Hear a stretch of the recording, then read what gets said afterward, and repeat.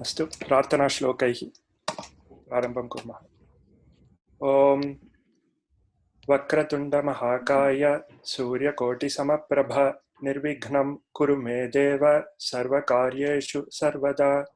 सरस्वती नमस्तुभ्यं वरदे कामरूपिणि विद्यारम्भं करिष्यामि सिद्धिर्भवतु मे सदा। गुरुर्ब्रह्मा गुरुर्विष्णुः गुरुर्देवो महेश्वरः गुरुः साक्षात् परं ब्रह्म तस्मै श्रीगुरवे नमः। अस्तु सर्वेभ्यो स्वागतं। यथा पूर्वं कृपया यदा भवन्तः किमपि न वदन्ति कृपया ध्वनिमुखे भवन्तु। अतः सर्वेषां कृते लाभाय भवति। अस्तु अहं स्क्रीन् शेर् अपि करोमि।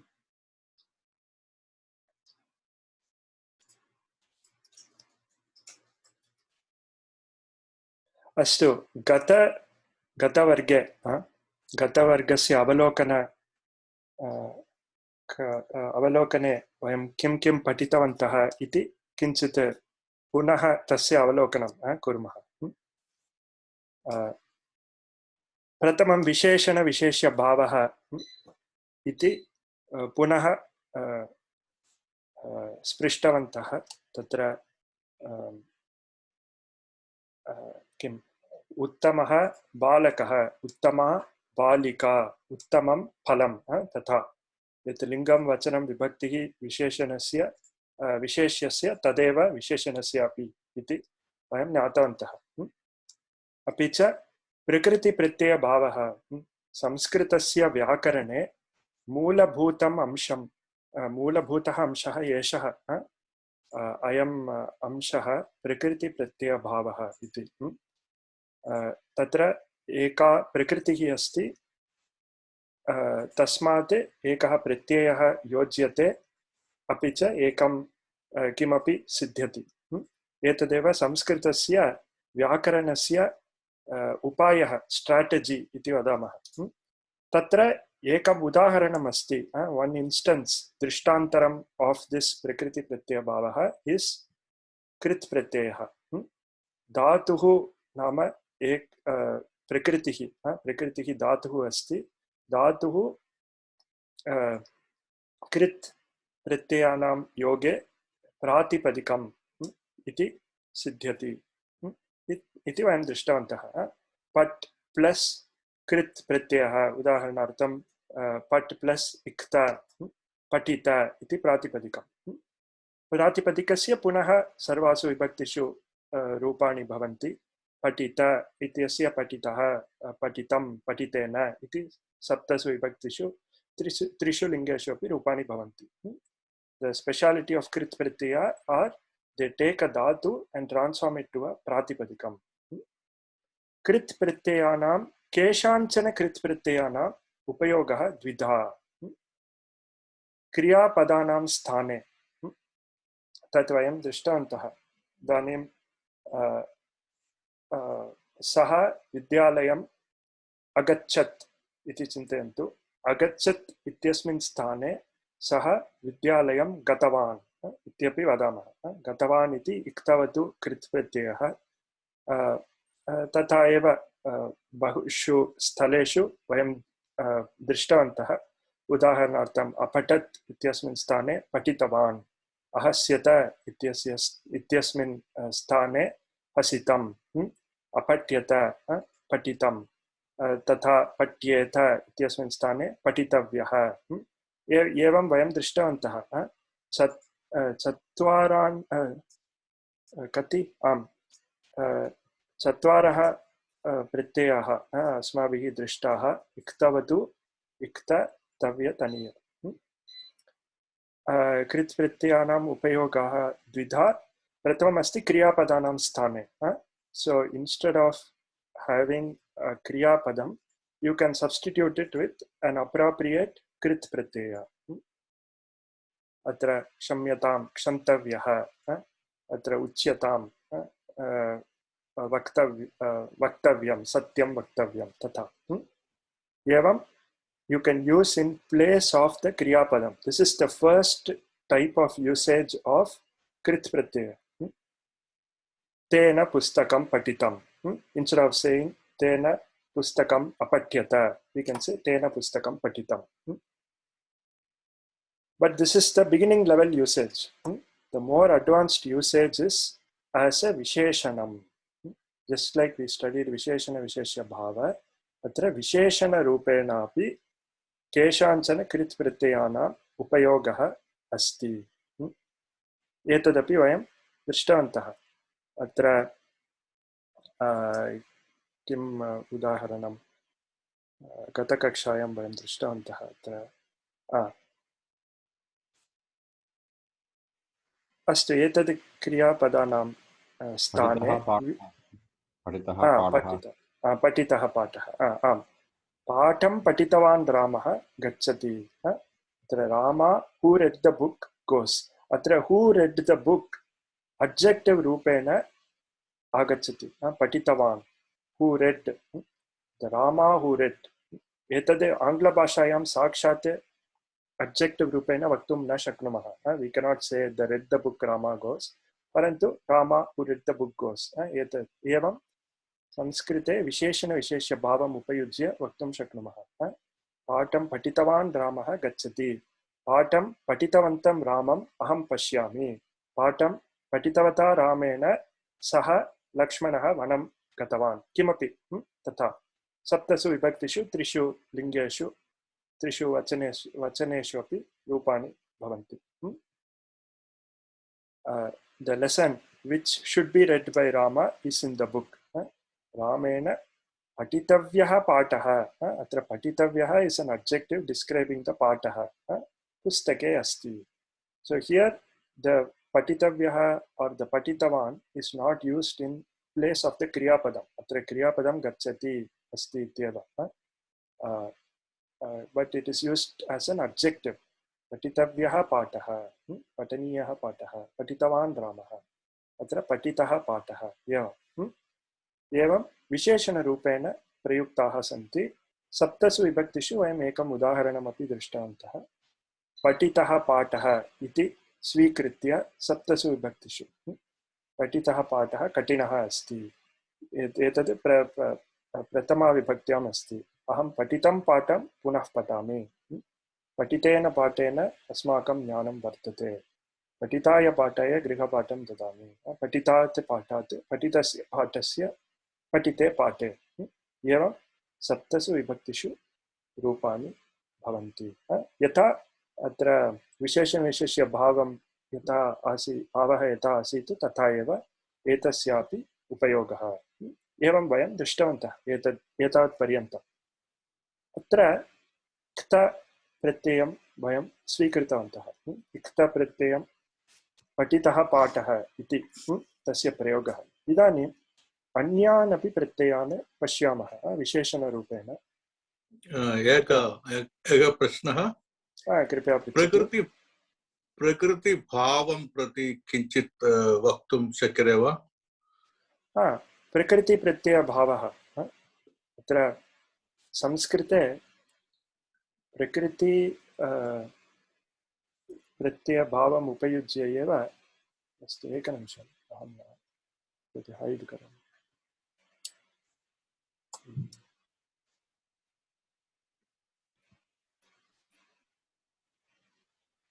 अस्तु प्रकृतिभाव सन्ति अस्ति खलु आमां तत् भिन्नं सः भिन्नः विषयः प्रकृतिभावः इति एकस्य सन्देहे नाम अपि अस्ति परन्तु सः भिन्नः विषयः कम्प्लीट्लि डिफरेण्ट् अत्र प्रकृतिप्रत्ययभावः इति यत् वदामि तत् एकं एका प्रकृति अस्ति प्रकृति इत्युक्ते धातुः अथवा प्रातिपदिकम् it is just a formula for संस्कृतं ग्रामर् अत्र कुत्रापि आसीत् किल अहं दृष्टवन्तः यदि प्रकृतिपदं वदति चेत् अर्थं किं धातुः और समथिंग एल्स आल्सो अत्र प्रकृतिः द्विधा प्रातिपदिकं धातुः प्रातिपदिकं इस् फार् नामपदं things like rama iti pratipadikam dhatuh is for kriyapadam pat iti dhatuhu. So the prakriti can either be the pratipadikam or dhatu, and to that you add suffixes that are pratyayas to generate various forms. Pratipadikate we can add the subset of pratyayas to form Ramaha, Ramav, Ramaha, Tata. Yeah, so just to be clear, Dhatu becomes Prakriti, Prakriti again gets some pratyaya and becomes Pratipadikam or sorry. So I'm just little confused about technical terms. Can you again start from very basic root? It's called Dhatu, right? Astu ekanimisham. Prakritihi iti dvidha. There are two types of prakritis. Pratipadikam is one type of prakriti. Dhatuhu is another type of prakriti. But I also hear Pratipadikam is derived from Dhatu, right? Dhatu is for root. Kechana tatha vadanti.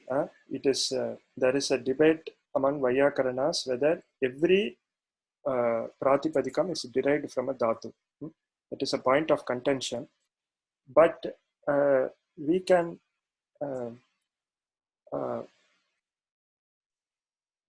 अत्र क्षम्यतां ततः परम् एकम् उदाहरणमपि आसीत्.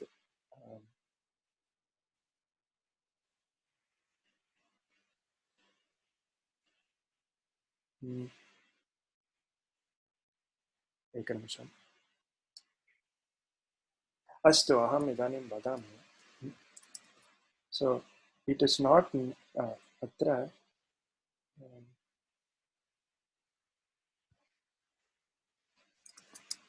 प्रकृतिः plus प्रत्ययः equals something सिद्धिः इति चिन्तयामः. किमपि form अत्र prakriti can be two types. Prakriti can either be dhatu or pratipadikam. Pratyayaha can be many types. Pratyayaha can be around 8 types. There are several types of classifications of pratyayas. Krit pratyayas are one type of pratyaya. You also have many others. Sup pratyayaha santi, ting pratyayaha santi. Tata tadhita pratyayaha santi. Tata itopi pratyayaha santi. Atra dhatuhu plus, so the one instance we are studying is dhatuhu plus krit pratyaya produces pratipadikam. So atra udaharanam asti. Pat plus kim tumun gives patitum. Patitum is a pratipadikam. Pat plus kim tavatu patitavat iti pratipadikam. Pat plus tavya patitavya evam pratipadikam. So किम् अभवत्? भवन्तः द्रष्टुं शक्नुवन्ति किल?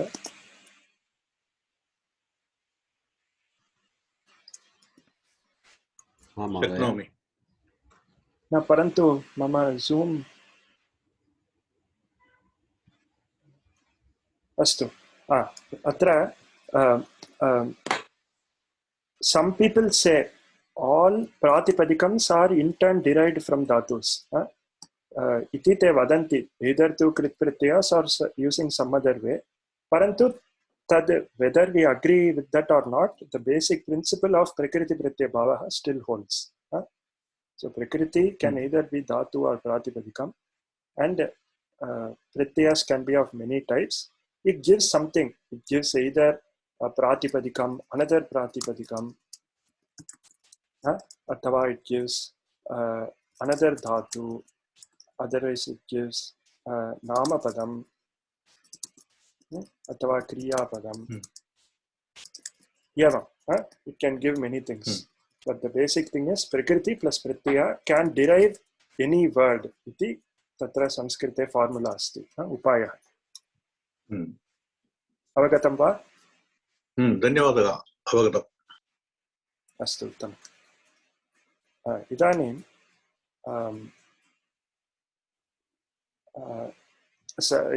आङ्ग्लभाषायामपि तथा एव अस्ति. फुल् इति प्रत्ययः अस्ति, नेस् इति प्रत्ययः अस्ति, तत्र लि एड् इति सर्वे प्रत्ययाः एव. एतत् वाच् इति धातुः इति चिन्तयामः, वाच्फुल् इति किं नामपदम् अथवा प्रातिपदिकम् इति चिन्तयितुं शक्नुमः. तथा एव सर्वं संस्कृते एतद् बहु उत्तमरीत्या किं प्रतिपाद्यते. अन्यासु भाषासु एड् हाक् रूपेण वयं चिन्तयितुमेव शक्नुमः, परन्तु संस्कृते दिस् भाव is very well led out. एतदेव. अस्तु, अग्रे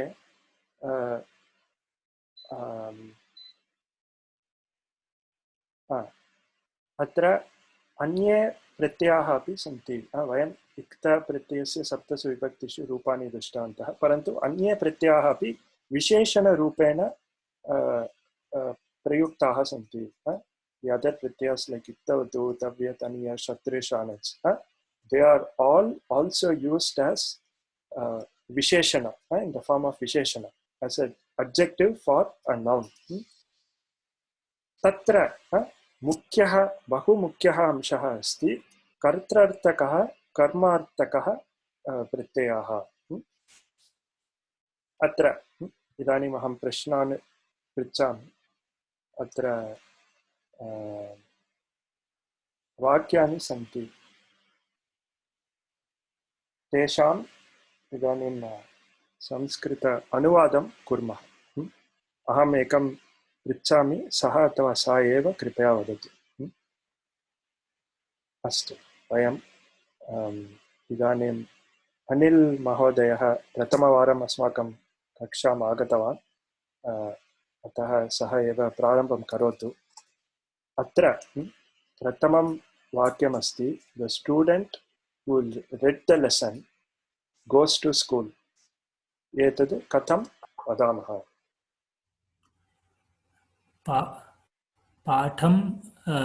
पाठपठितः छात्रः विद्यालयं गतवान्, विद्यालयं गच्छति. तत्र किञ्चित् चिन्तयतु.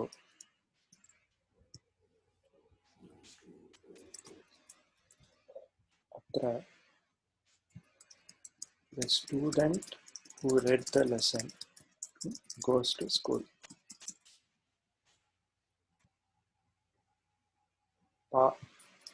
पाठं पुनः कृपया वदतु.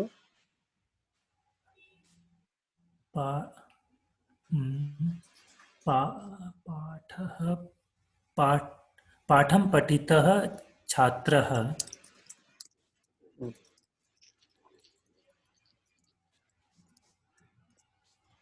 विद्यालयं गच्छति अथवा गतवान्, किमपि गच्छति. अत्र एकः दोषः अस्ति. एतदर्थमेव वयं कर्त्रार्थक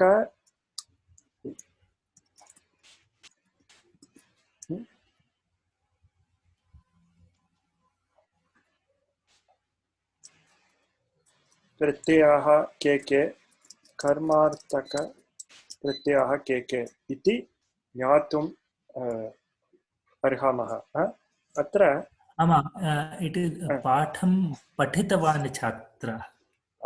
उत्तमम्.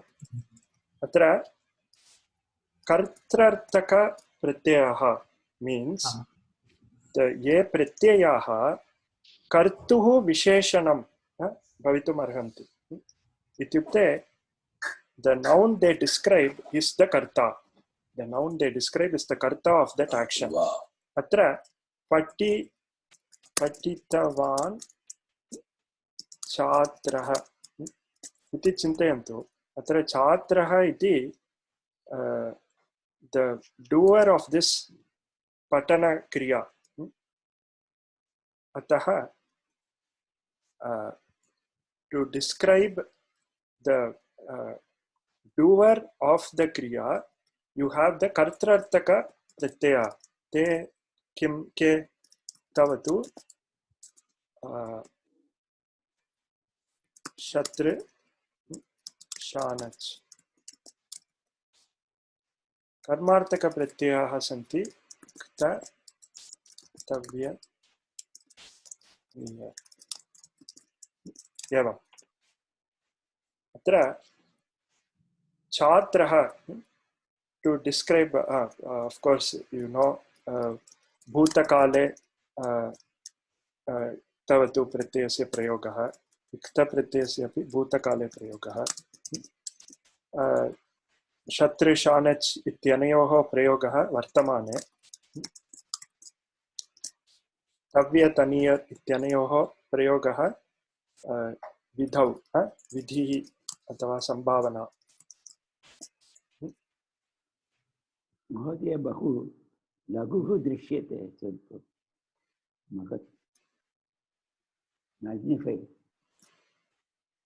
इदानीं किञ्चित् सम्यक् अस्ति वा? स्वल्पम् अधिकं करणीयम्. अस्तु. अत्र Chatraha is the one doing the action of the patana kriya. So you have to use a kartrartaka visheshanam, appropriate kartrartaka visheshanam, which is bhutakale iktavatu. Patam patitavan chatraha. Patam patitavan chatraha vidyalayam gacchati. Etad samyak. Patam astu. Yet astu. Atra prashnaha santi va. Atra kartrartaka karmartaka pratyayanam vishaye kutra vayam etane pratyayane prayunjmahe kutra aparane pratyayane prayunjmahe ityasmin vishaye prashnaha santi va. Vayam itopi abhyasan kurmah parantu etavat paryantam Patam patitavan chatraha vidyalayam gacchati. The student who read the lesson. Who read iti student ityasya visheshanam asti. It is the adjective. But the student is doing the action. Therefore, you have to use a kartrartaka pratyaya. Yavam. Astu. Mahodaya, bhave kta pratyayasya उपयोगमपि भवति वा? तत्र वयम् अधिकं न पठितवन्तः किल? भावे कथा. आम् आम् सत्यम्. अस्तु, एकं कुर्मः. कक्षायाः अन्ते तस्मिन् विषये चर्चां कुर्मः. अत्र इदानीं किञ्चित् जनानां भ्रमः जायेत, अतः अन्ते वयं निश्चयेन पठामः. तद् अस्तु वा? आम् महोदय. अस्तु. इदानीम् अनिल महोदय भवानेव वदतु. पठितवान् छात्रः इति अस्ति. द्वितीया विभक्त्याम् उपयुज्य एकं वाक्यं वदतु. एतद् पठितवान् छात्रः इति उपयुज्य एव.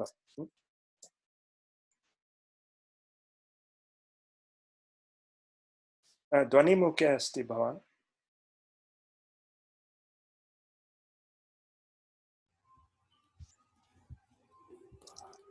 पाठं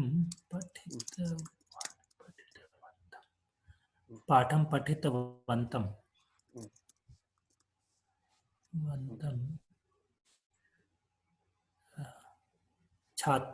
छात्रं पश्यामि.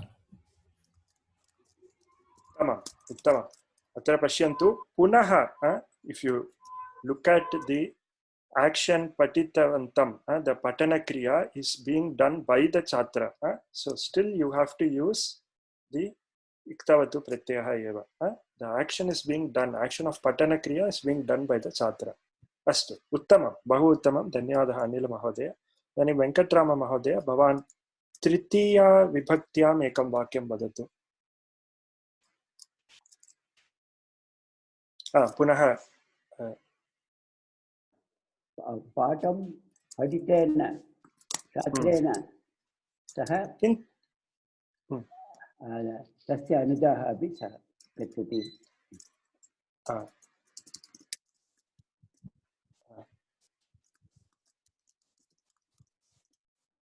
अस्तु, अनुजः गच्छति इति। परन्तु अत्र विशेषणं किं?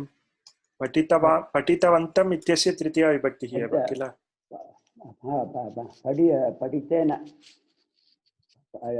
पठितेन छात्रेण विशेषणं पठितेन पठितवन्तेन अत्र पठितेन न भवान् शब्दवत् अस्ति। भवान् शब्दवत् भवत् इति प्रातिपदिकं, क्षम्यतां। भवान् कथं तृतीया विभक्तिः अस्ति? भवता। अत्रापि तदेव किं भवति? पठितवता पठितवता छात्रेण एवम्। अस्तु, भवान् एव चतुर्थी विभक्तिम् उपयुज्य एकं वाक्यं वदतु।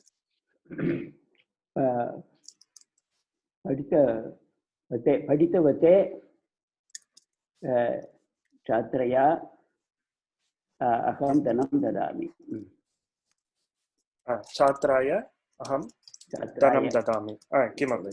अस्तु, उत्तमं, धन्यवादः। अस्तु, अग्रे मोहिनी महोदय, भवती पञ्चमी अस्तु षष्ठी विभक्तिम् उपयुज्य एकं वाक्यं वदतु। पाठं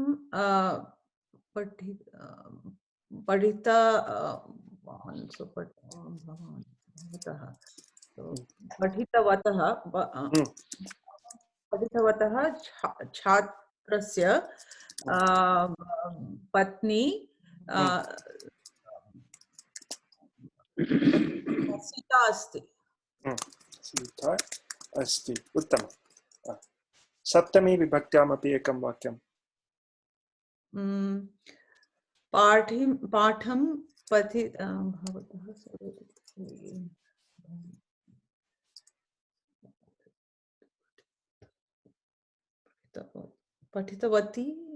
उत्तमं, पठितवती। पाठं पठितवती छात्रे स्निह्यामि। I like.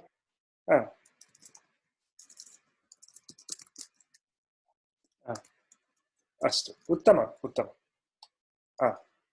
अत्र पश्यन्तु, in all of these 7 vibhaktis, the chatraha is the doer of the patana kriya.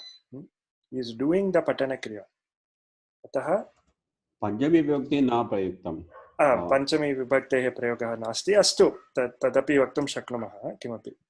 परन्तु the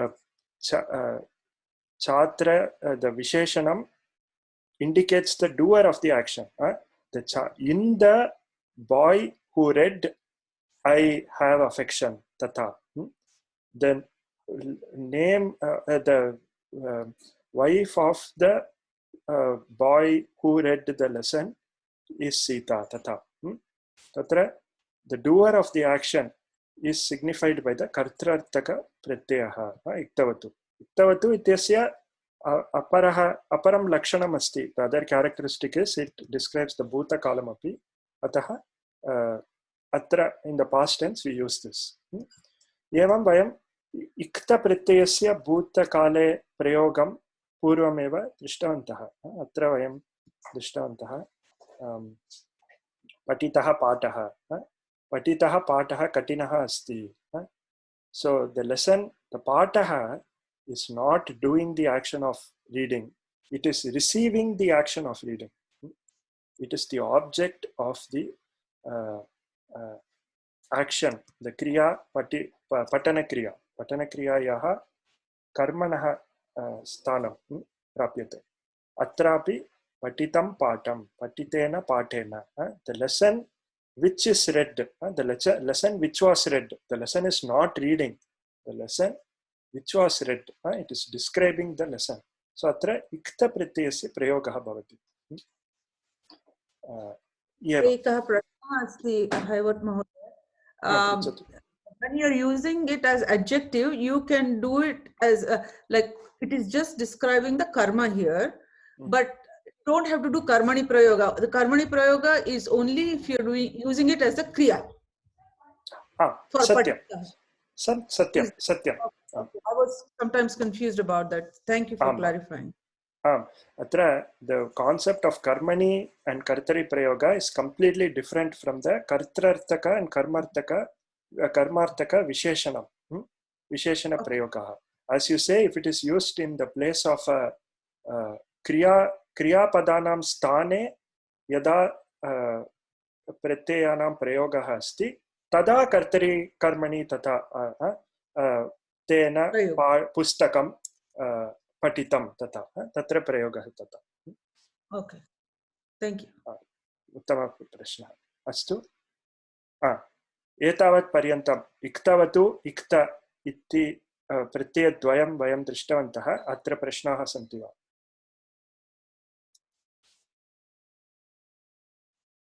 अस्तु नो चेत् अग्रे गच्छामः अत्र अनीयर् प्रत्ययस्य तव्यत् प्रत्ययस्यापि उपयोगः अस्ति अस्तु द्वितीयं वाक्यम् इदानीं करवामः कः अस्तु इदानीं सजीव महोदय भवान् एतत् वाक्यं कथं संस्कृते वदामः इति कृपया वदतु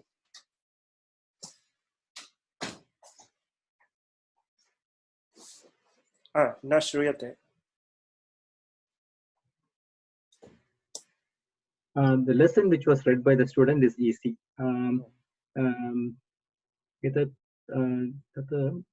तत्र कर्मार्थक प्रत्ययस्य उपयोगं करणीयम् अन्य प्रत्ययः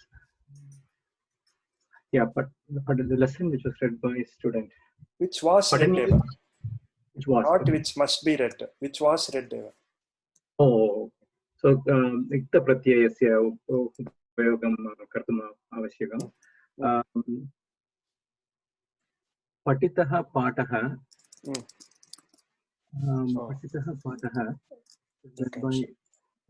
क्षम्यतां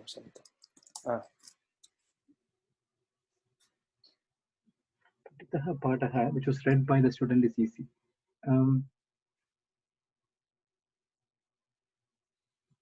छात्रेण पठितः पाठः सरलमेव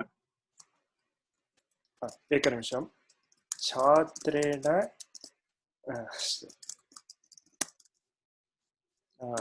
पठितः पाठः सरलं वा किमपि अन्यत् वा सरलः एव अत्र the पाठः has two adjectives one is saralah the other one is patitah the read lesson is easy the lesson which was read by the student is easy uttama astu atra सप्तसु विभक्तिषु एवं वाक्यानि रचयितुं शक्नुमः इदानीं भवान् द्वितीया विभक्त्याम् एव एकं वाक्यं वदतु पठितः पाठः इति उपयुज्य इट् नीड् नाट् कंटेन् सरलः छात्रः किमपि जस्ट् पठितः पाठः तस्य द्वितीया विभक्त्याम्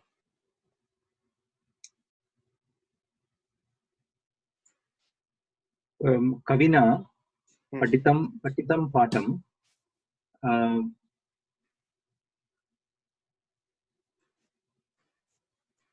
कविना लिखितं कविना लिखितं काव्यं सुन्दरम् अस्ति।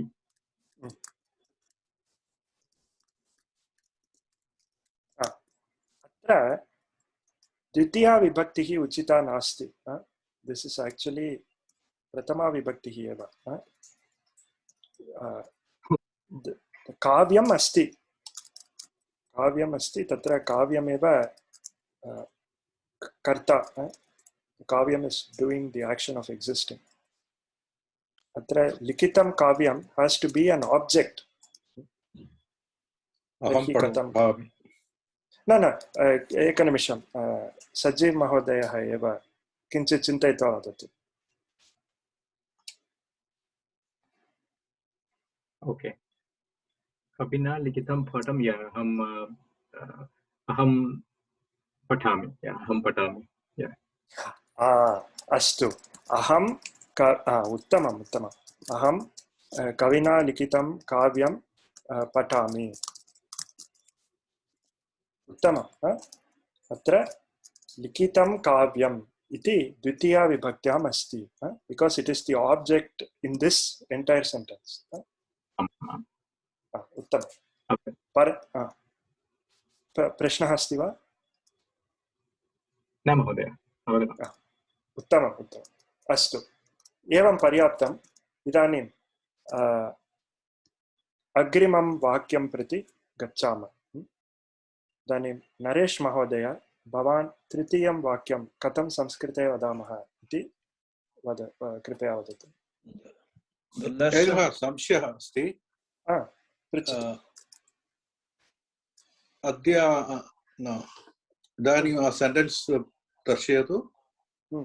अहं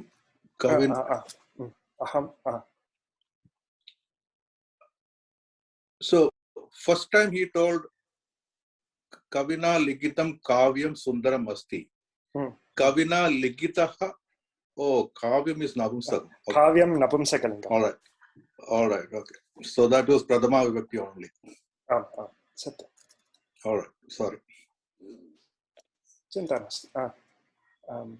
अस्तु, नरेश महोदयः एतद् करोतु।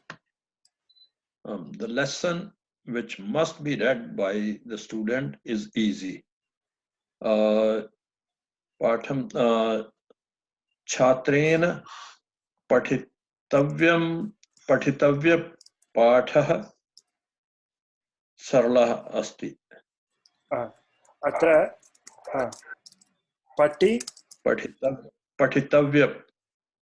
पठितव्यं वा? न, पठितव्यः। पठितव्यः। उत्तमं। पठितव्यः पाठः सरलः अस्ति। उत्तमम्। इदानीं भवान् एव द्वितीया विभक्त्याम् उपयुज्य एकं वाक्यं वदतु। एतेन एव पठितव्यः पाठः। छात्रेण पठितव्यं पाठम् अहं न अवगच्छामि। अस्तु। छात्रेण पठितव्यं पाठम् अहं न अवगच्छामि। अस्तु, उत्तमं। छात्रेण पठितव्यं पाठं न अवगच्छामि इत्येव वदामः। अस्तु, उत्तमम्। अत्र छात्रेण पठितव्यं पाठम् अहम् अवगच्छामि। अत्र पठितव्यं पाठम् इति द्वितीया विभक्त्याम् अस्ति। बहु सम्यक्। अस्तु, एतावत् पर्यन्तं प्रश्नाः सन्ति वा? उत्तमम्। इदानीम् अग्रे गच्छामः। अहम् अन्यं पृच्छामि। शारदा महोदय, भवती वदतु। अत्र इतोपि एकं वाक्यम् अस्ति। एतद् The student who is reading the lesson goes to the school. पाठं पठन् छात्रः विद्यालयं गच्छति। पठन् छात्रः विद्यालयं गच्छति पाठं पठन् छात्रः विद्यालयं गच्छति कीदृशः छात्रः पठन् छात्रः पाठं पठन् छात्रः उत्तमम् अत्र प्रश्नाः सन्ति वा एतस्मिन् वाक्ये पुनः शत्रे describes the doer of the patana kriya it is a kartrarthaka pratyayah atah here the student is doing the patana kriya idanim bhavati eva dvitiya vibhaktyam ekam vakyam vadatu द्वितीया विभक्ति पाठं पठन्तं छात्रं आह्वय उत्तमम् आह्वय अत्र त्वम् इति त्वम् आह्वय उत्तमं बहु सम्यक् पाठं पठन्तं छात्रम् आह्वय अत्र पठन्तं छात्रम् इति द्वितीया विभक्त्याम् अस्ति call the student who is reading the lesson तथा उत्तमम् उत्तमम् अत्र प्रश्नाः सन्ति वा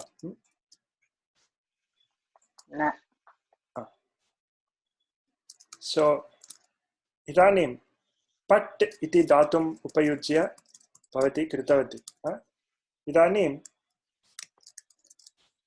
अधीते इति अध्ययनं तथा धातुः अस्ति किल अधि इति धातुः अस्ति तद् उपयुज्य अस्तु अन्यः करोतु एकनिमिषं धन्यवादः शारदा महोदय उत्तमं कार्यम् इदानीम् एकनिमिषं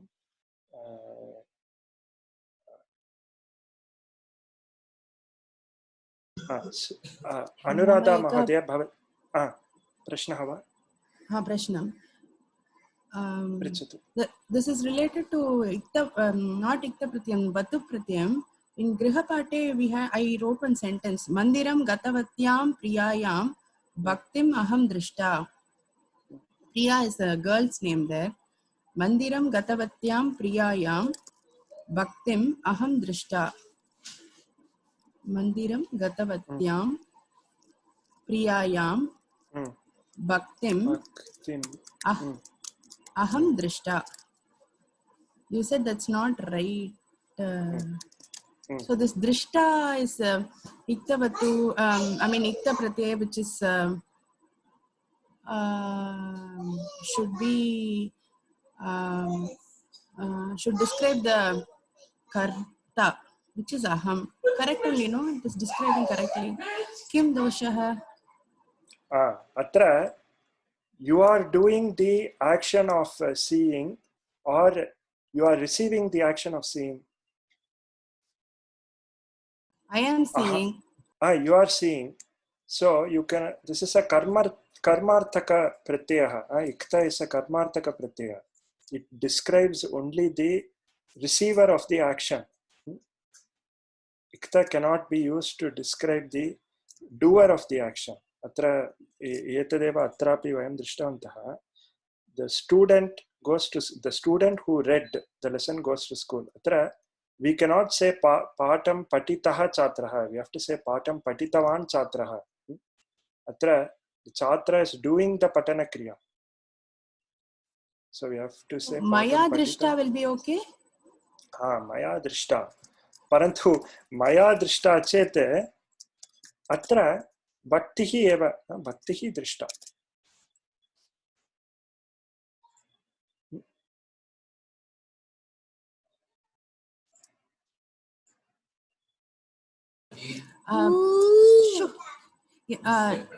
when I translate it I mean in my mind in Tamil ennal avalai paarkapattadu endane bhaktiyai paarkapattadu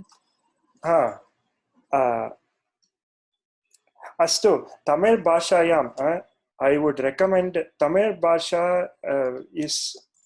has a different format for passive voice so on the enakku tat sarvam is slightly different so I would suggest you use English English is maps very well to the Sanskritam so the in the priya who went to temple, devotion, bhakti was seen by me. Evam. The was seen is an adjective of devotion. Atava, we can also say here it is used in place of the kriya padam. Tadapi, astu. Atra drishta, apashyata, tatapi vayam vaktum shaknumaha. Adrishyata, tata. Atra saptami vibhakti. Saptami 1 minute. Okay. So Hema Mahodaya, Pratamam. Even in Tamil, I mean, what she said was Bhakti Parkapattadu. It is not Bhakti Parkapattadu, Bhakti Parkapattadu. Even in Tamil, it is in first Vibhakti only. It is not in second Dvitiya Vibhakti. Oh, thank you, Hema. Bhakti Parkapattadu, Bhakti Parkapattadu. Bhakti Parkapattadu, Bhakti ai nan parte. I'm sorry, those who don't know Tamil, I'm sorry, because she's mentioned Tamil, I thought I should explain it. Okay? Thank you. Okay. Sorry, sir, for interrupting. Okay. Chinta nasti, uttamam. Janev Mahodaya, athava kasyapi prashnaha asit kila?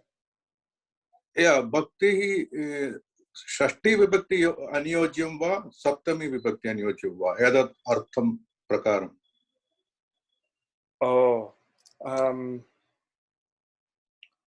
अत्र सप्तमी सम्यक् एव भक्तिः कुत्र अस्ति भक्तिः मम भक्तिः रामे अस्ति प्रियायाः भक्तिः मया दृष्टा प्रियायाः भक्तिः इन् प्रिया प्रियायाः भक्तिः अपि सम्यक् एव I saw the devotion of Priya अथवा I saw the devotion in Priya तदपि सम्यक् द्वयमपि because seventh you use snihyati some that type of emotions, right? Drishta is suitable. Snihyati, all those things.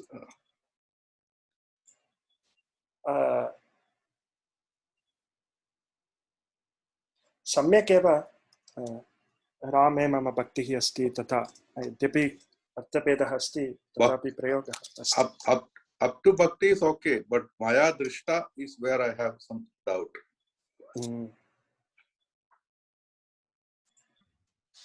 Maybe it's okay, I'm just asking. Okay. सम्यक् इति मम प्रतीयते अस्तु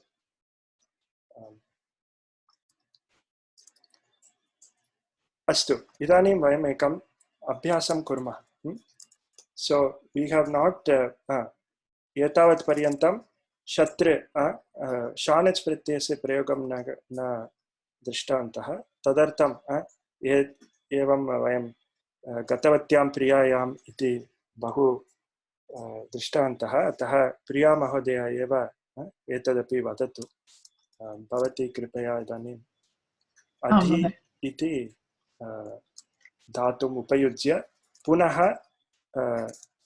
एतं वाक्यं वदतु एतद् वाक्यं the student who is reading the lesson goes to school तत् कथं वदामः महोदय कृपया आङ्ग्लभाषाया एकनिमिषं स्थापयामि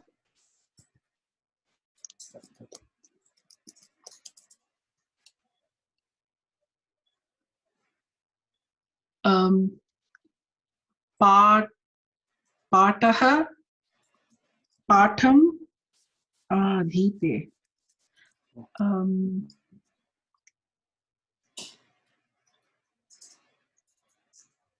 छात्रः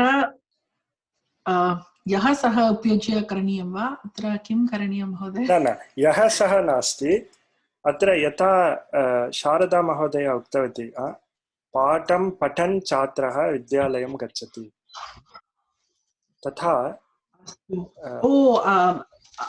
अच्छा शाणच् रूपम् उपयुज्य करणीयम् अस्तु पाठम् अधीमान छात्रः विद्यालयं गच्छति अत्र अधीयानः अधीयानः अस्तु विद्यालयं गच्छति अत्र वयं द्रष्टुम् अर्हामः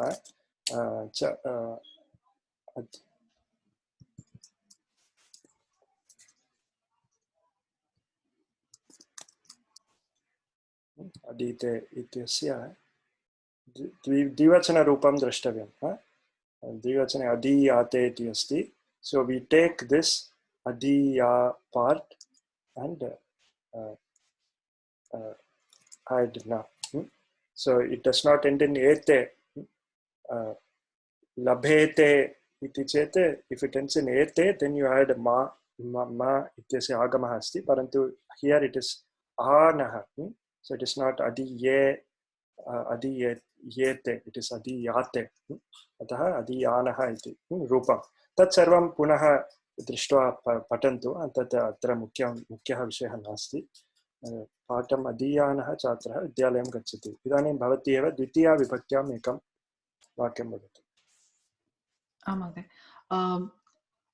पाठम् अधीयानं छात्रम् अहं पश्यामि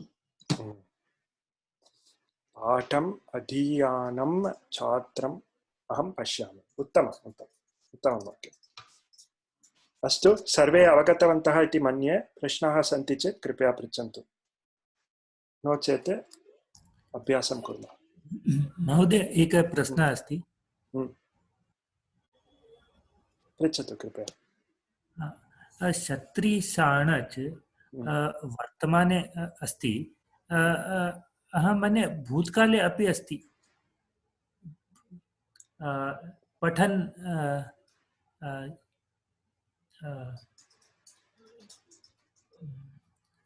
विद तवतु प्रत्यय आम् सत्यं सो पाठं पठन् छात्रः विद्यालयं गच्छति the student who is reading पाठं पठितवान् छात्रः विद्यालयं गच्छति the student who read the lesson पाठम् अहं मन्ये पाठं पठन् पठितवान् छात्रः विद्यालयं गच्छति न तथा नास्ति संस्कृते पठन् itself means is reading who is reading if I want to say was being read was reading Vyoma Labs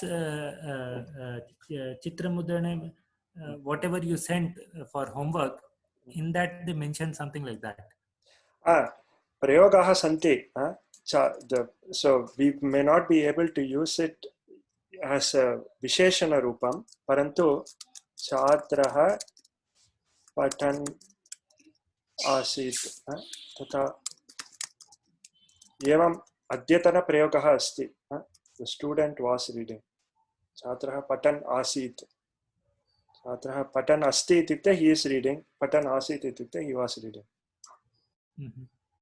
तथा प्रयोगः अद्यतने दृश्यते परन्तु this is a relatively recent prayoga because Sanskritam per se does not differentiate yatha vayam drishtavantah between the continuous and the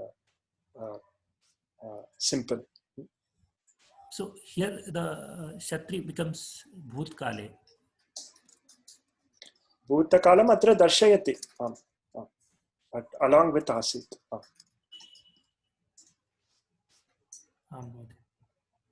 अस्तु परन्तु विशेषणरूपेण एतद् वक्तुं न शक्नुमः we cannot say this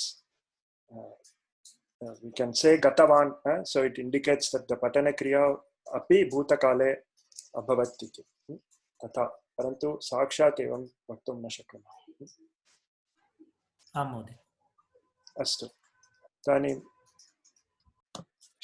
इदानीं वयं दृष्टवन्तः अत्र कृत् प्रत्ययानाम् उपयोगः द्विधा क्रियापदानां स्थाने विशेषणे विशेषणत्वेन इति द्विधा उपयोगः अस्ति इदानीं वयम् एकं चित्रं कथां शृणुमः भवन्तः किं कुर्वन्तु कथायां ये कृत् प्रत्ययाः सन्ति तेषां प्रयोगः एवं वा क्रियापदानां स्थाने वा अथवा विशेषणत्वेन वा इति लिखन्तु। प्रथमम् एकवारं पश्यामः, तदनन्तरं परिशीलयामः, दीर्घतया परिशीलयामः। अस्तु, अहं किञ्चित् प्रवर्तयामि। तत्र ध्वनिः श्रूयते वा इति कृपया वदन्तु। एकनिमिषम्।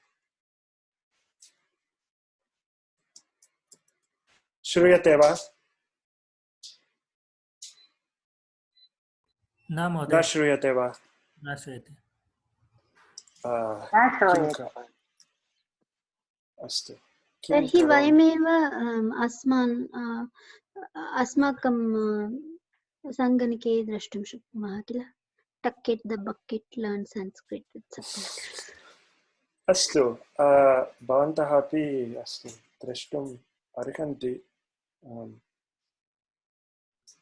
महोदय, ज़ूम् मध्ये एकः आप्शन् अस्ति, भवान् सौण्ड् कर्तुं करणीयमिति चेक् बाक्स् अस्ति।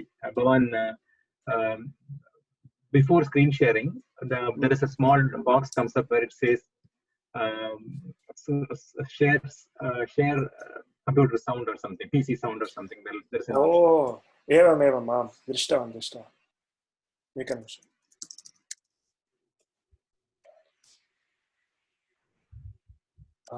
इदानीं श्रूयते वा इति?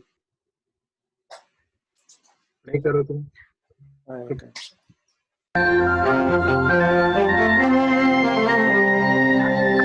लोलः नाम दोलः।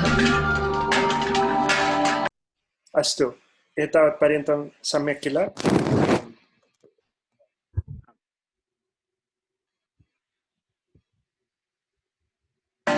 लेखिका कुरली मणिक्कवेल्।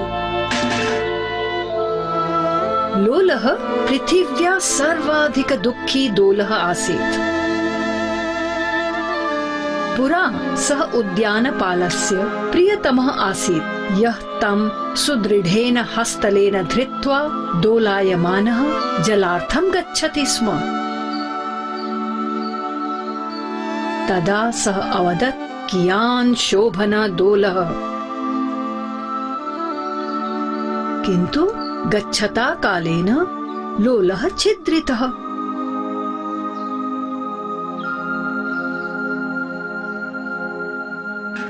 छिद्रितेन दोलेन किं प्रयोजनम्? लोलः उद्यानस्य कोणे क्षिप्तः आसीत्।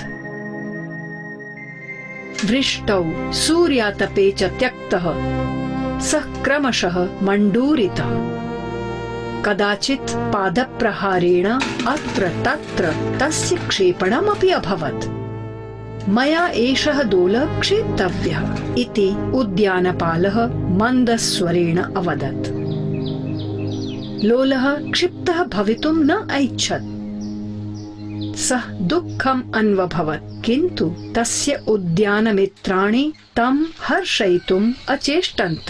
यदा सः पादप्रहारेण अपतत्, तदा चमरपुच्छाः तम् उदतोलयन्। पक्षिणः तं परितः आनन्देन उदडयन्त। मा शोच लोल इति कूजित्वा ते तं सान्त्वयन्ति स्म। लोलः सत्यं प्रसन्नः भवितुम् अयतत, किन्तु तत् अतीव कठिनमासीत्। एकदा उद्याने धावन्ती कापि लघुबालिका लोलस्य सम्मुखे स्थिता। सः दीर्घं श्वसन् पादप्रहारं प्रतीक्षते स्म। यदा हठात् सः अशृणोत् उत्तमम्। चकितः अचिरं सः जलनलिकायाः नीचैः आत्मानं प्रक्षाल्यमानम् अपश्यत्। सा बालिका तं परिष्करोति स्म। तस्य मण्डूरितखण्डानि पतन्ति स्म। प्रसन्नं तस्य मनः।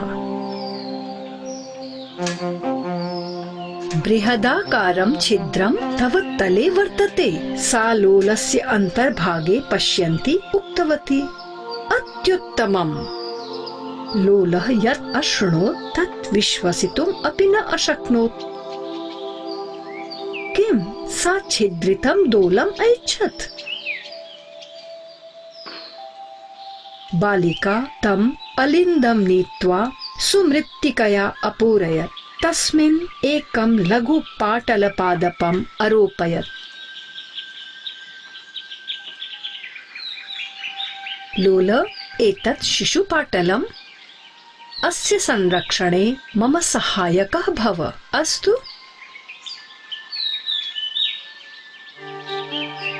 लोलः अति प्रसन्नः अभवत्। बालिका सत्यं तम् ऐच्छत्। सा तस्मै पुष्पस्य संरक्षणभारम् अपि अददात्। लोलः आनन्देन प्रफुल्लितः। यदा पादपरोपणं समाप्तं तदा सः आत्मानं सगर्वं ऋजुम् अकरोत्। सा सयत्नं लोलम् अलिन्दस्य श्रेष्ठस्थाने अस्थापयत्। सः सुखदः कोणः वृष्टेः वायोः च सुरक्षितः आसीत्।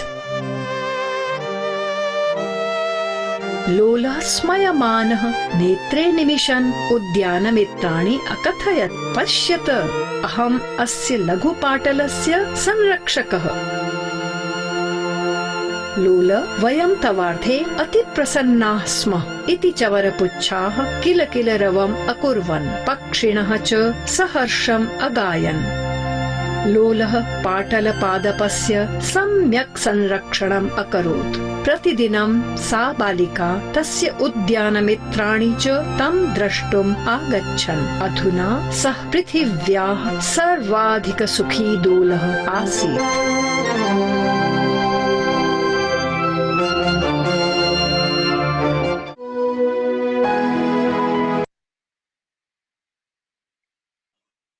अस्तु, लघु परन्तु सुन्दरी कथा इति मन्ये। अत्र कृदन्तानां प्रयोगाः बहुधा दृश्यते। तत् इदानीं पुनः अहम्, अस्तु, समयः कः? समयः अस्ति। पुनः अहम् एकवारं चालयामि एतत् चित्रं। भवन्तः इदानीं लेखितुं प्रयत्नं कुर्वन्तु। ये ये कृदन्तप्रत्ययाः सन्ति तेषां प्रयोगः विशेषणरूपेण वा अथवा क्रियापदस्य स्थाने वा इति लिखन्तु। अस्तु, कुत्रापि झटिति गच्छति चेत् लेखितुं समयः नास्ति चेदपि चिन्ता नास्ति। वयं पुनः अग्रे विस्तारेण पश्यामः। अस्तु, पुनः अहं करोमि।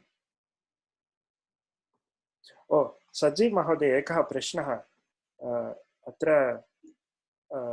एकनिमिषम्, अहम्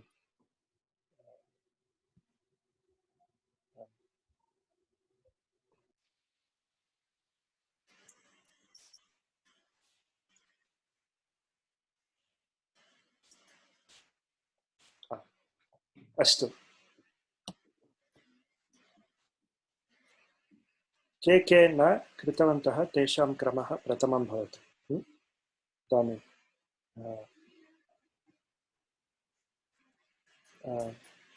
शैलजा महोदय अस्ति वा अथवा सा गतवती? आं महोदय। नमस्ते। अहम् 28 पदानि लिखितवती। ओ, एवं वा? बहु उत्तमम्। अस्तु अस्तु, अहं पठनीयं वा?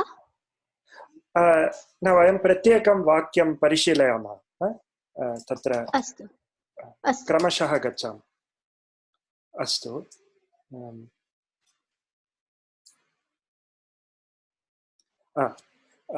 अत्र अस्तु, यत्र अस्ति अहं स्थगयामि, परन्तु वाक्यस्य अर्थं न अवगच्छन्ति चेत् कृपया वदन्तु। एतद् सुलभमेव। पृथिव्याः सर्वदुःखी दोलः आसीत् इति। अहं प्रियतमः इति कृदन्तरूपम् इति लिखितवती। प्रियतमः इति कृदन्तरूपं वा? अहं तरप् तमप् इति नास्ति वा? अहं चिन्तयामि अत्र तद्धितप्रत्ययः एव तद्धितप्रत्ययः एव। अस्तु इदानीं परन्तु अग्रिमे वाक्ये अत्र अस्ति वा धृत्वा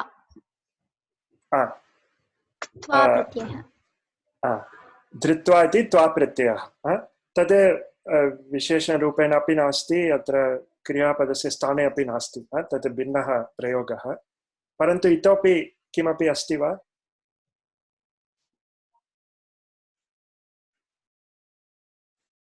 न किल अस्तु अग्रिमं वाक्यम् अत्र दोलायमानः शानच् दोलायमानः इदानीं वाक्यद्वयं मिलित्वा पठामः यः यः इत्युक्ते स यः धरति यः तम् उद्यानपालः तम् इत्युक्ते दोलं दोलं सुदृढेन हस्तलेन धृत्वा दोलायमानः जलार्थं गच्छति स्म एतस्य प्रयोगः दोलायमानः इति अस्तु प्रथमं वाक्यस्य अर्थः कः इति वदति वा उद्यानपालः जलार्थं दोलं आनयति नयति तत्र गमनसमये दोलायमानः दोलः भवति अस्तु अत्र विशेषणरूपेण प्रयुक्तः अस्ति अत्र क्रियापदस्य स्थाने प्रयुक्तः नास्ति कस्य विशेषणम् अस्ति दोलायमानः अस्तु अहं सम्पूर्णं वाक्यं प्रायः कुत्रापि लिखामि स्पष्टं भवति एकनिमिषम्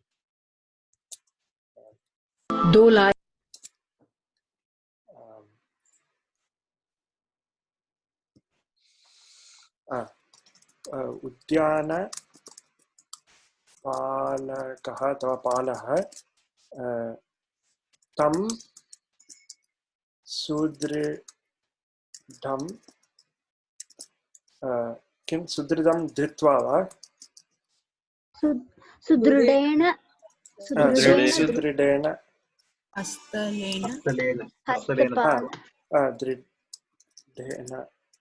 अस्तु भवन्तः तद् समीकुर्वन्तु सुदृढेन हस्तलेन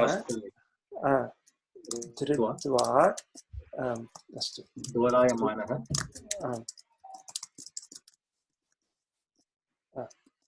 दोलायमानः जलार्थं गच्छति स्म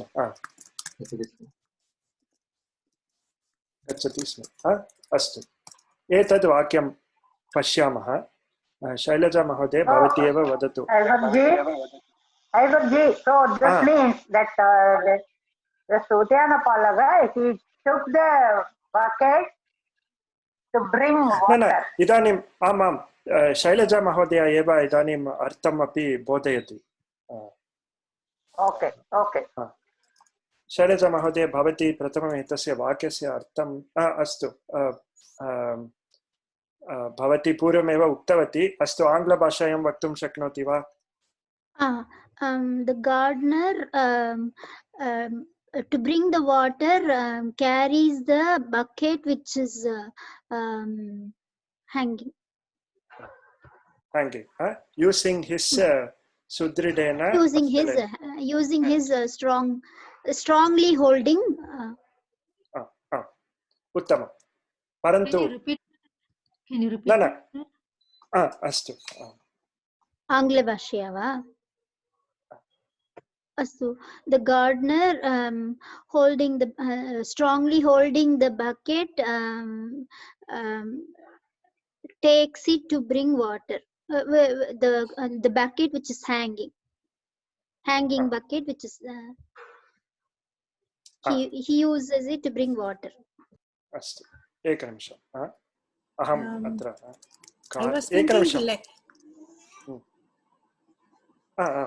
वदतु No, I was thinking that as he is carrying it is that it is like a dola. It is swinging. That's what. It's not that, is it? Yeah.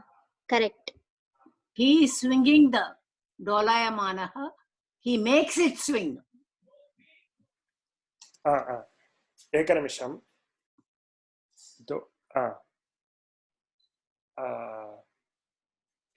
दोलायमानः कस्य विशेषणम्? उद्यानपालः. शैलजा महोदया एव वदतु कृपया.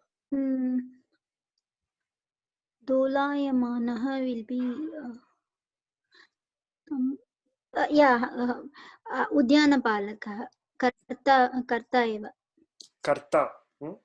दोलायमानः उद्यानपालकः. अत्र तं दोलं सुदृढेन हस्तेन.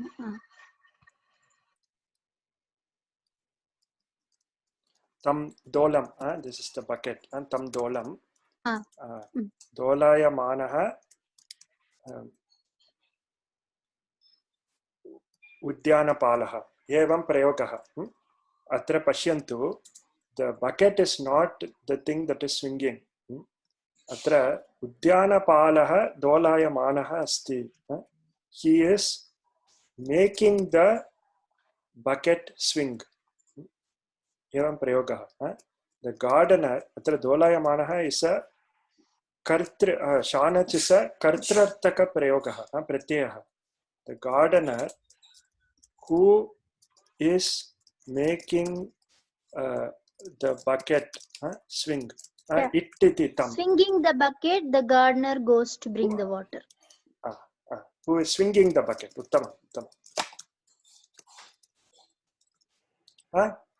Holding it with his strong hands, goes to fetch water. Fetch water. उत्तमं, धन्यवादः शैलजा महोदय. अत्र पश्यन्तु, दोलायमानः उद्यानपालः. It is an adjective of उद्यानपालः. Parantu bucket is swinging, not the gardener in the English translation. Parantu gardener is doing the action of swinging. Atra, if you want to say bucket is swinging, you can say maybe Karmani the gardener who is swinging the swinging bucket. Or he is making the bucket swing while walking. Making the bucket swing. Is it a causative verb?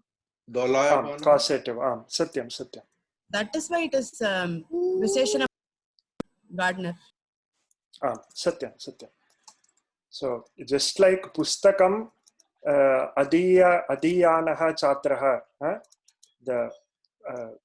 the student who is reading the book, tata the gardener who is swinging the bucket or making the bucket swing.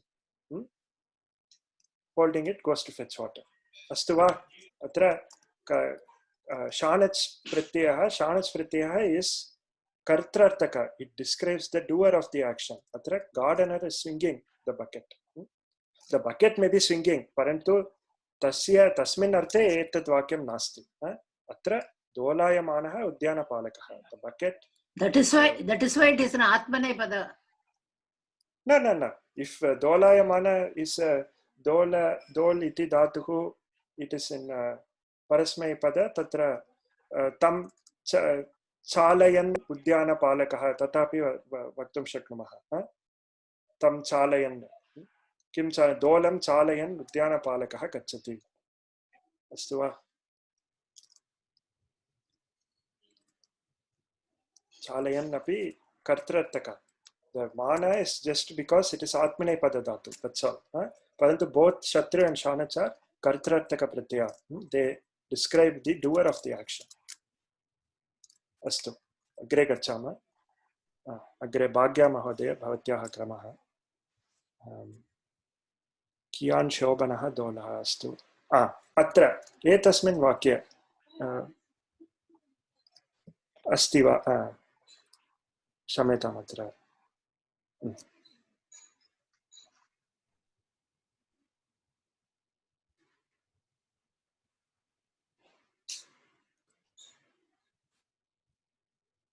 कृत् प्रत्ययाः के तेषाम् उपयोगः कथम्? This one? किन्तु गच्छता कालेन लोलः छिद्रितः. आम्. गच्छता कालेन प्रत्यय अस्तु. विशेषण विशेष्य भावः. लोलः छिद्रितः. छिद्रितः is used as क्रियापद. उत्तमम्. आम्. क्रियापदस्य स्थाने चिनत्ति इति क्रियापदं, तस्मिन् स्थाने छिद्रितः इति इक्तप्रत्ययस्य प्रयोगः अस्ति. परन्तु this is a confusing usage. Do not worry about this sentence. So the ikta pratyaya is normally a karmarthaka pratyaya, but we have seen previously in certain cases it can be used as a kartrarthaka prayogah api, kartrarthaka pratyaya api. Tatra akarmaka athava gatyarthe iti vayam drishtavantah. So here lolaha chidritavan iti chintayantu. Lolaha chidritavan iti chintayantu. तथा स्पष्टं भवति. छिद्रितवान् इति इक्तवतु प्रत्ययस्य प्रयोगः, तत्र लोलः इत्यस्य विशेषणं. क्षम्यतां, क्रियापदस्य स्थाने चिनत्ति इत्यस्मिन् स्थाने छिद्रितवान्. एवम्. अस्तु, उत्तमम्. अग्रे गच्छामः. महोदय, एकं प्रश्नम् अस्ति. गच्छता कालेन तृतीया विभक्ति. So this sentence, isn't it passive voice? If it is passive voice, then chidrite is correct, right? No. The sentence is not passive voice. No, chidritaha samyak eva. Chidritaha is correct, but it is the kartrarthaka usage of ikta pratyaya. Saha suptaha. What I mean is lolaha gachantam kalam chidritavan. That is the main sentence. Kalena is by or due to the passage of time. Right? Yeah. So when converted to passive, it becomes like that only, right? अस्तु. तथा भवान् चिन्तयति. कालः एव अत्र कर्ता. The kala is doing. The kala is the cause for the breakage of the bucket. Gachata kalena yatha छात्रेण पुस्तकं पठितं तथा कालेन लोलः छिद्रितः. परन्तु अत्र तथा नास्ति. Here this is more like a kriya visheshanam and a adverb. Gachata kalena, with the passage of time. In the course of time. In the course of time. With time iti, literal translation. With time, with the going of time, with the passage of time. तत्र प्रत्ययं चित्रितः विशेषणं भवति खलु लोलस्य. सो सर्वदा विशेषणम् एव, परन्तु अत्र पदस्य स्थाने प्लेस् आफ् न श्रूयते. इदानीं श्रूयते वा? पुनः वदतु कृपया. Chidritaha, there is no other kriya padam in this sentence. So we can assume that this is used in place of the kriya padam. No, Chitritaha lolaha asit or asked. Paranthu atra asit iti nasti. Ataha vayam, the main action is the breaking. Ataha chidritaha iti kriya padasya sthane iti vadamah.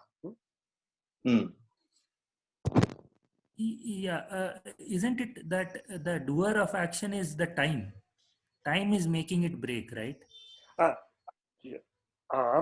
Parantu tarhi chidritaha ityukte swayameva, it is breaking iti arthaha, not it is being broken.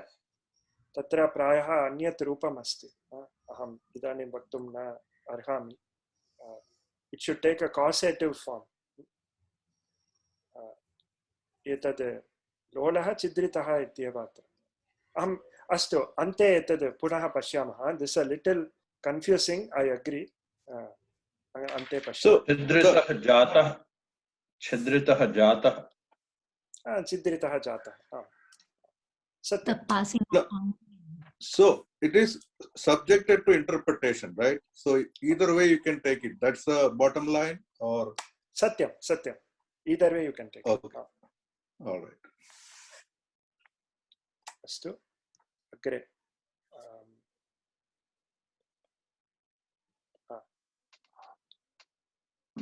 एतत् कः करोति कस्य क्रमः न अभवत् परमेश्वरन् महोदय भवतः क्रमः न अभवत् किल अस्तु चिन्ता नास्ति भवान् एव वदतु अत्र चिद्रितेन दोलेन किं प्रयोजनं चिद्रिद्रः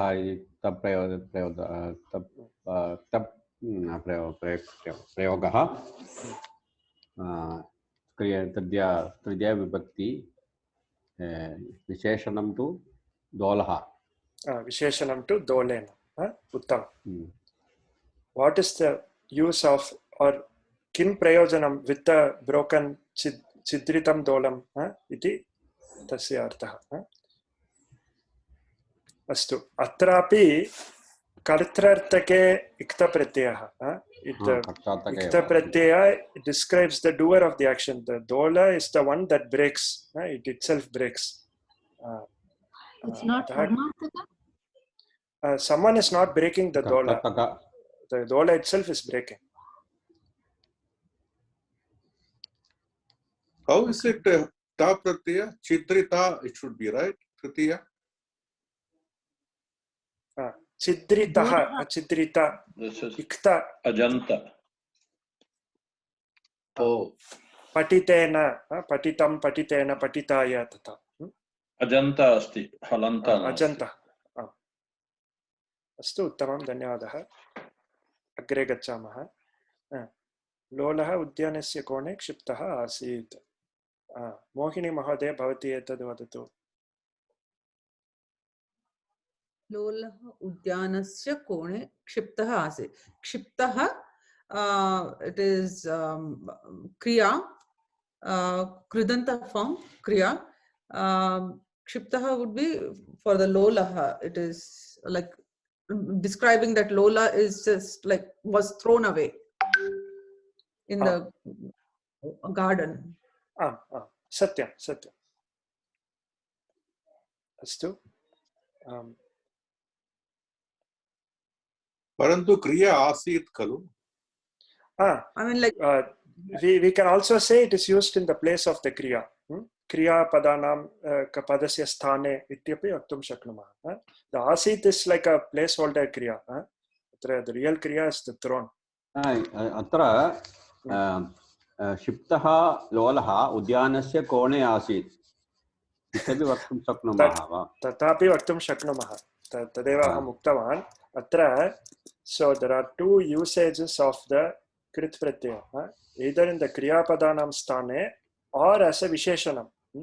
But even when it is used in kriya padanam sthane, it is still a visheshanam only. For our ease of understanding, I said it in two ways. Danim Ramaha Chatraha Patam Patitavan. Sahapi Kim about Spanish? Spanish. Astu. Chatraha Patam Patitavan. So, Atrapi Patitavan iti Chatraha ityaseva visheshanam. Patam Patitavan Chatraha asti iti vaktam shaknumah. Parantu, just naturally speaking, this Patitavan is used in the place of the kriya padam like apatat. Ataha aham uktavan, for ease of understanding, that there are two usages, the kriya padanam sthane or visheshana. Atra visheshane iti vaktum kriya padasya sthane iti vaktum shaknumah. Kshiptaha ityeva mukhya kriya tatra. Astu agre gacchama.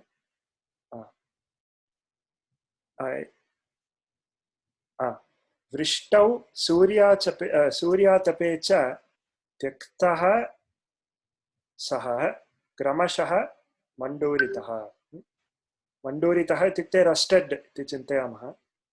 Venkataraman महोदय भवान् वदतु अत्र कः प्रत्ययः उपयोगः कथम्? युक्तः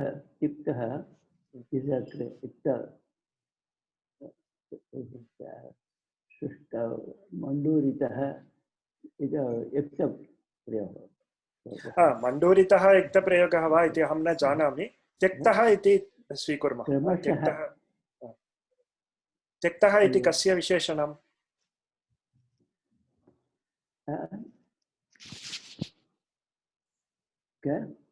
त्यक्तः इति कस्य विशेषणं? सः क्रमशः त्यक्तः युक्तप्रयोगः। कस्य विशेषणं? क्रियापदमेव स्थाने उपयोगं क्रियापदस्थाने। अस्तु, तथापि वक्तुं शक्नुमः, परन्तु अत्र विशेषणत्वेन इत्यपि त्यक्तः सः, त्यक्तः सः, so saha is the noun, त्यक्तः सः विशेषण उत्तमम्। कदाचित् तत्र कर्मणि वा त्यक्तः? त्यक्तः सः, आम् सत्यं, कर्मणि प्रयोगः, परन्तु कर्मणि प्रयोगः वा कर्तरि प्रयोगः वा इति अस्माकम् अवधानं नास्ति। कदाचित् पादप्रहारेण अत्र तत्र तस्य क्षेपणमपि अभवत्। अस्तु, मया एषः दोलः अस्तु, इदानीं सजीव महोदय भवान् एतद् वदति वा?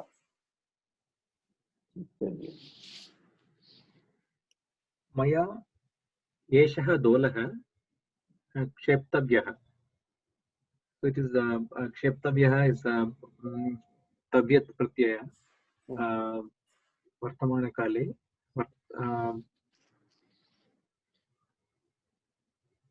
karma, I think it is used in the karma क्षेप्तव्यः दोलः. It's कर्मार्थम it's कर्मार्थक उत्तम कर्मार्थक प्रत्ययः. It can be considered to be used in the place of a kriyapadam, kriyapadasya sthane.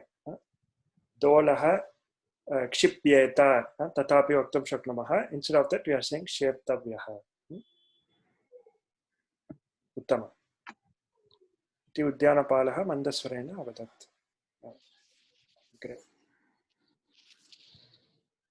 लोलः क्षिप्तः भवितुं न ऐच्छत्. अत्र मोहिनी महोदय भवती वदति वा?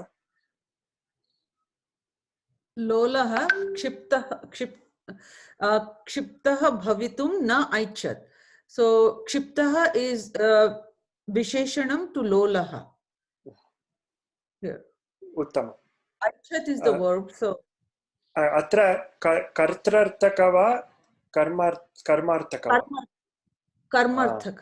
Karmartaka. The lola is not throwing. The lola is being thrown. Uttamam. Dhanyavadah. Agre. Anil Mahodaya Bhavan Vadatu. Saha Dukkam Anva Bhavatastu. Kintu Tasya Udyana Mitrani Yada Saha Pada Praharena Apatat Tada Chamara Puchaha Tam Udatolayam. Stu. पक्षिणः तं परितः आनन्देन उडटयन्त इति कूजित्वा. अस्तु, कूजित्वा इति त्वा प्रत्ययस्य प्रयोगः. ते तं सान्त्वयन्ति. they pacified him. लोलः सत्यं प्रसन्नः भवितुम् अयतत. एतस्मिन् वाक्ये कृदन्तप्रत्ययः प्रत्ययान्तशब्दाः सन्ति वा? भवितुम्.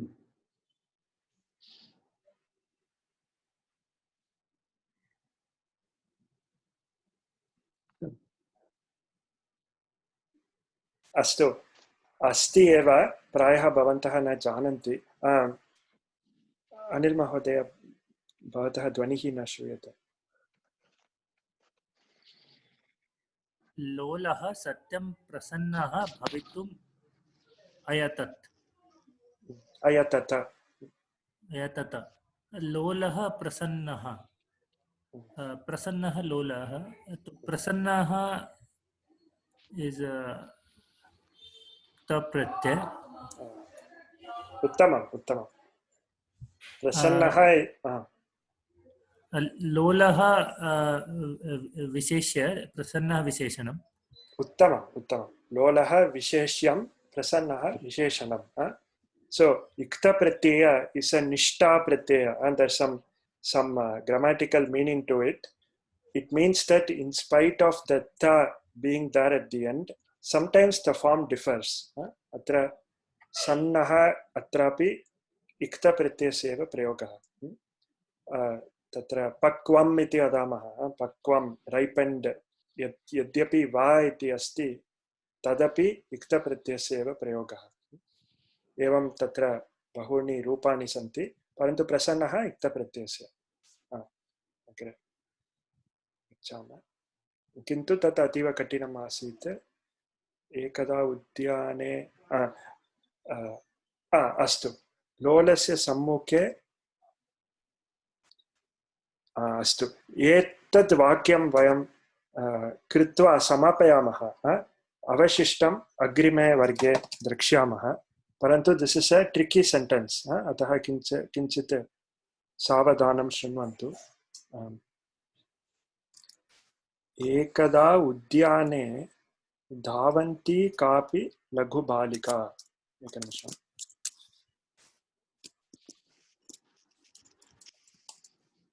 एकदा उद्याने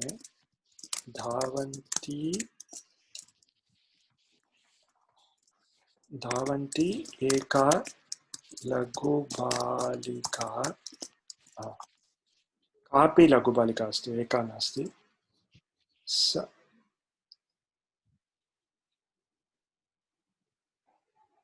लोलस्य सम्मुखे स्थिता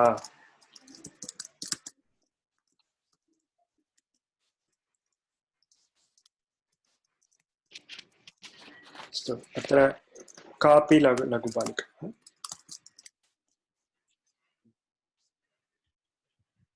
अत्र शारदा महोदय भवती वदतु एतस्मिन् वाक्ये कृदन्तप्रत्ययानाम् उपयोगः कुत्र कथम् वाक्ये पुनः द्रष्टुम् इच्छामि अत्र अहं लिखितवान् एकदा उद्याने धावन्ती कापि लघुबालिका लोलस्य सम्मुखे स्थिता स्थिता कस्य प्रत्ययस्य उपयोगः इक्तप्रत्यय अत्र विशेषणत्वेन वा अथवा क्रियापदस्य स्थाने वा विशेषणस्य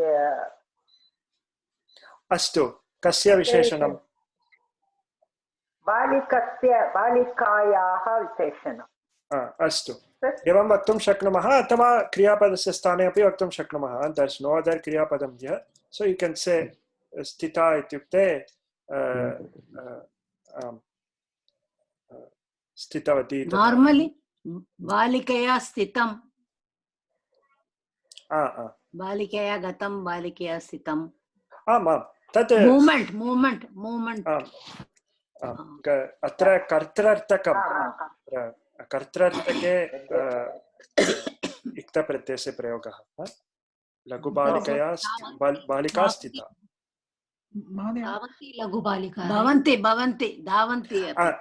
एकनिमिषं शारदा महोदय एव वदतु शारदा महोदय भवती समापयतु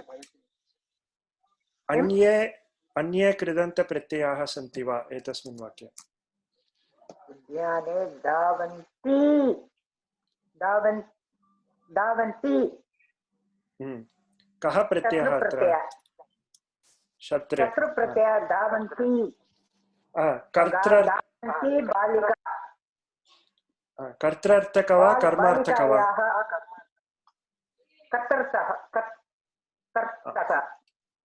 उत्तमं कस्य विशेषणं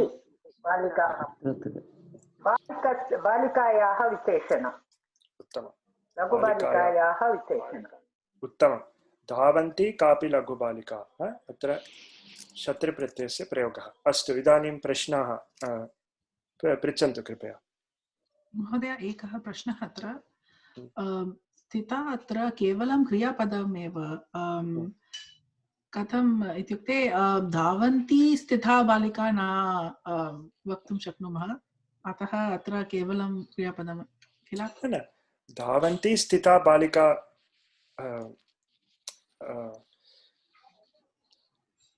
तथा we can't say the while so the shatra pratyaya also sometimes carries the meaning of the tva pratyaya doing one action after the other tathapi kadachit drishyate tasmin arte she stood there after running tatha vaktum shaknumah अस्तु धन्यवादः महोदय परन्तु अत्र क्रियापदस्य स्थाने इति चिन्तयामः चेत् the running girl लोलस्य सम्मुखे शी स्टुड् तथापि अवगन्तुं शक्नुमः अस्तु अत्र वयं स्थगयामः किं कुर्वन्तु कृपया अवशिष्टम् अहम् एतस्य लिङ्क् गणे प्रेषयामि कृपया अवशिष्टं चित्रं दृष्ट्वा अत्र के प्रयोगाः सन्ति इति चिन्तयन्तु एतदेव गृहकार्यरूपेण स्वीकुर्वन्तु अस्तु अहं प्रेषयिष्यामि अस्तु इदानीं मङ्गलश्लोकम् उक्त्वा विरमामः ततः परं प्रश्नाः सन्ति चेत् कृपया पृच्छन्तु अहम् इदानीं श्रावयामि ॐ पूर्णमदः पूर्णमिदं पूर्णात् पूर्णमुदच्यते पूर्णस्य पूर्णमादाय पूर्णमेवावशिष्यते ॐ शान्ति शान्ति शान्तिः हरिः ॐ श्रीगुरुभ्यो नमः हरि ओम् अस्तु सर्वेभ्यो धन्यवादाः इदानीं प्रश्नाः सन्ति धन्यवादः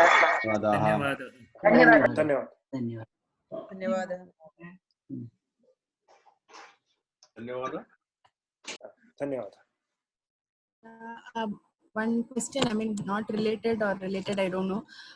I'm not able to speak in Sanskrit. What steps can I take to speak in Sanskrit? I understand, I mean, like 90% of it, but speaking, I have to think like 10 minutes before I can form one sentence. I can write also. Can't get past that. I didn't get that. What is that? I said we all have that problem too. Sarvesham klesha